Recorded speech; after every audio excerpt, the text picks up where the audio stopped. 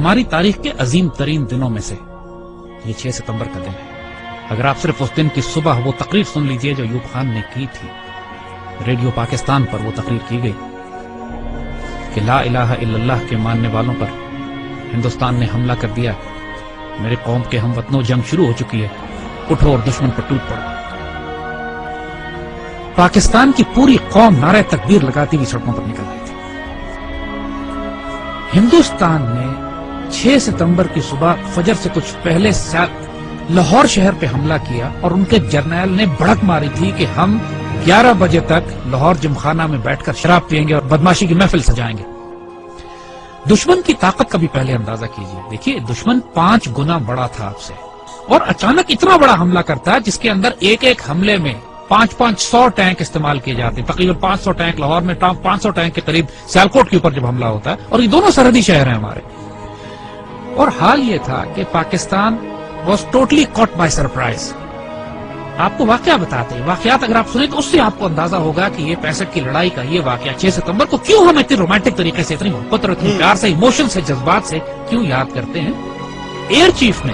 نور خان صاحب کی دلیری اور جرات دیکھیے، یہی پہ لیڈنگ فرام دا فرنٹ جسے کہتے ہیں، انہوں نے کہا کہ یہ سارٹیز نہیں جائیں گی جب تک میں خود نہ دیکھ لوں کہ یہ کتنی خطرناک ہے ہمارے پائلٹ۔ دنیا کی تاریخ میں پاکستان فوج ایک بیسٹ واحد فوج ہے کہ جس میں آفیسر کیجویلٹی ریٹ سب سے زیادہ ہے، اس لیے کہ ہمارے آفیسرز آگے بڑھ کر لیڈ کرتے ہیں۔ پاکستان نیوی کے پاس ایک سبمرین تھی غازی، اور اس سبمرین نے دشمن کا ناکہ بند کیا ہوا تھا۔ اس زمانے میں تاریخ ناول اور کتابیں لکھی گئیں کہ سومنات پر محمود غزنوی کے 17 حملوں کے بعد یہ 18واں حملہ، اور پاکستان کی نیوی آگے بڑھ کر سمندروں میں گئی، دوارکا پہ گئی، دوارکا کے قلعے کو تباہ کیا بومنگ کر کے، فائرنگ کر کے، شیلنگ کر کے، اور پھر نکل کر واپس آئی۔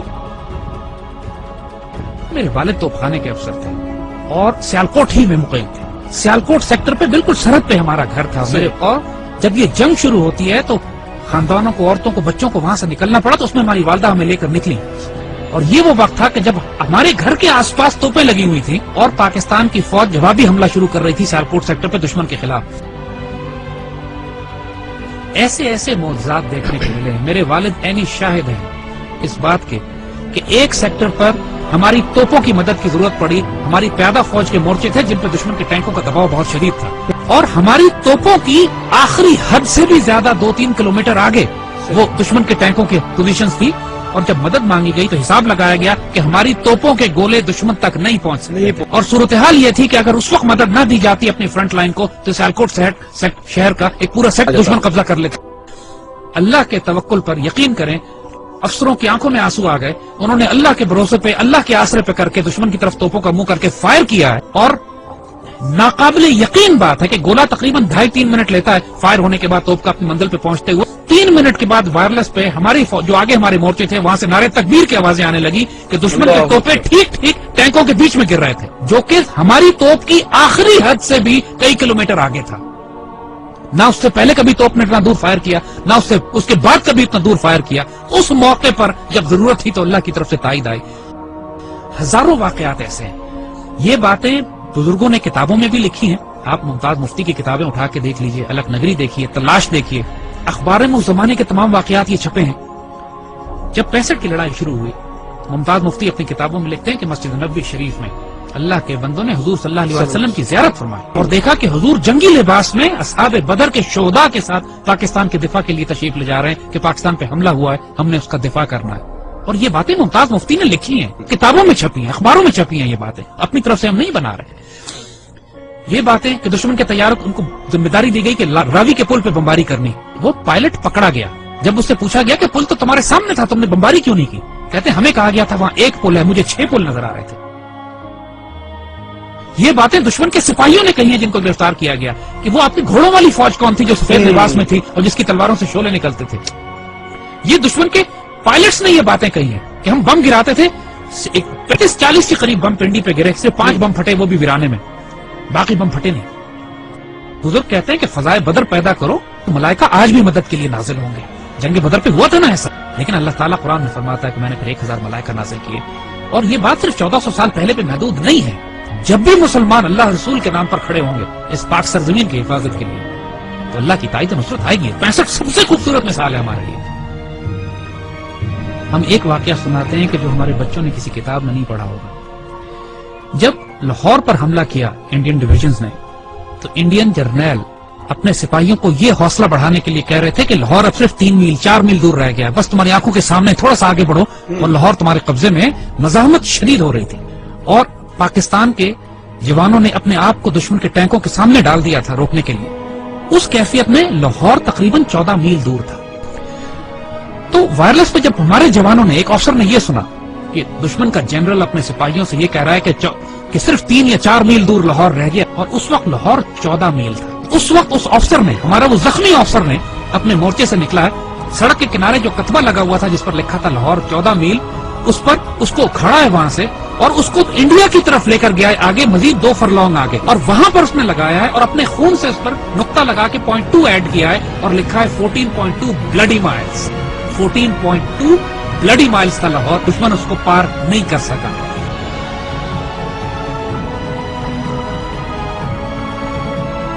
جب شہداء پہنچنا شروع ہوئے سی ایم ایچ میں، انہوں نے دیکھا کہ اتنا پریشر تھا کام کرنے کا کہ مرد سارے کام میں لگے ہوئے تھے، تو ان زخمیوں کو ریسیو کرنے کے لیے نرسز تھی، تو شہداء کو انہوں نے نرسز کے حوالے کیا کہ آپ ان کو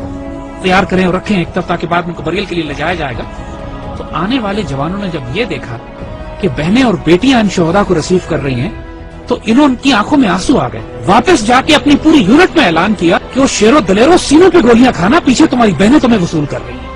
ایسا نہ ہو کہ تمہاری پشت دیکھیں اور یہ کہیں کہ یہ بغیرت پشت پہ گولی کھا کر آیا۔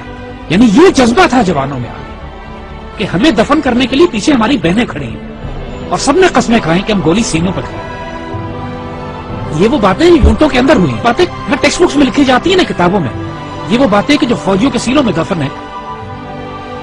ایسے بھی موقع آ گئے کہ جب دشمن کے ٹینک ہمارے توپخانے کے اتنے نزدیک پہنچ گئے کہ براہ راست توپخانے اور ٹینکوں کی لڑائی شروع ہونے والی تھی۔ کہا جاتا ہے دوسری جنگ عظیم کے بعد سب سے بڑی ٹینکوں کی لڑائی بھی سیالکوٹ میں لڑی گئی۔ باقاعدہ ایک آرٹلری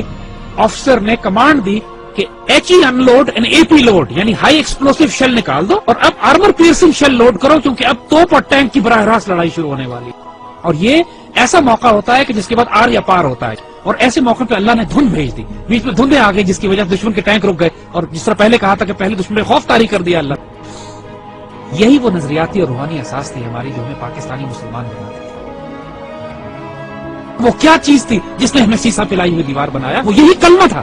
لا الہ الا اللہ، جو ہمارے دل کی دھڑکنوں میں محمد رسول اللہ ماشاءاللہ۔ اور آج جو 10,000 بچے اور آفیسرز جوان ہمارے شہید ہوئے ہیں پاکستان کے دفاع میں، کشمیر سے لے کر وزیرستان میں، فاٹا میں، سوات میں، خوبصورت ترین بیٹے، ہماری مٹی کا نمک، 21 22 24 سال کے، 25 26 سال کے خوبصورت جوان، اپنے جب چھوٹے بچوں کو چھوڑ کر، والدین کو چھوڑ کر، بیویوں کو چھوڑ کر، جنہوں نے شہادتیں دی ہیں اور خواہش کر کے اپنے آپ کو والنٹیئر کر کے شہید ہوئے ہیں۔